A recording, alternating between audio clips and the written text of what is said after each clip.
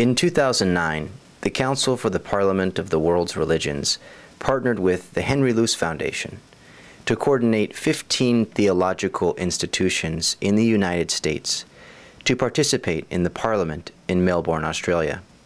The main thing I support is theological education in North America and Asia, and I'm pushing seminaries and rabbinical schools and some emerging Muslim institutions to equip their graduates for service in a religiously plural world. Well, the Luce Foundation asked me to kind of coordinate the coordinators, that is the 14 other professors from altogether our 15 schools who were part of this project and who offered courses at the individual institutions on preparing religious leaders for a multi-religious world, so that we can prepare for the Parliament and then come and share what our discoveries as well as what our questions are with each other. The major theme at the Parliament was "Make a World of Difference, Hearing Each Other, Healing the Earth." The conference consisted of 7 plenary sessions and hundreds of workshops. More than 8,000 people gathered for the plenary sessions that featured major religious and political leaders from around the world. Each session showcased song and dance from a broad scope of religious traditions. Blessed, oh blessed is the spot.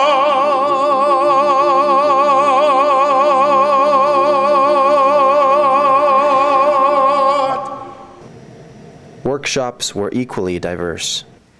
One workshop was The Life of Jesus, Non-Christian Perspectives, where a Buddhist, Hindu, and Shia Muslim presented their perspectives on the founder of Christianity. After the marathon of events, the students from the U.S. gathered daily in the symposium on educating religious leaders for a multi-religious world. I think primarily it was an opportunity for the students, but also for the faculty, to see that first that other schools are taking this issue of how to understand other religions, how to understand ourselves in the light of other religions, how other schools are taking this question, this challenge so seriously and trying to integrate it into their theological education. And then I think the other effect, still somewhat general but also in its own way powerful, namely to see how much this question of the religious other can be a source of renewed vigor, renewed light, renewed inspiration in our own effort to understand ourselves as Christians. In other words, how the religious other can be such a kind of catalyst for our own efforts at carrying out an effective Christian theology. I took away that there seems to really be a trend in interreligious dialogue that we need to move towards action. We need to really be addressing the issues that are going on in the world, which I think is great.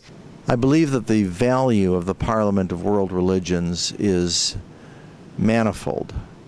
It provides us an opportunity to talk with one another about theological and religious differences.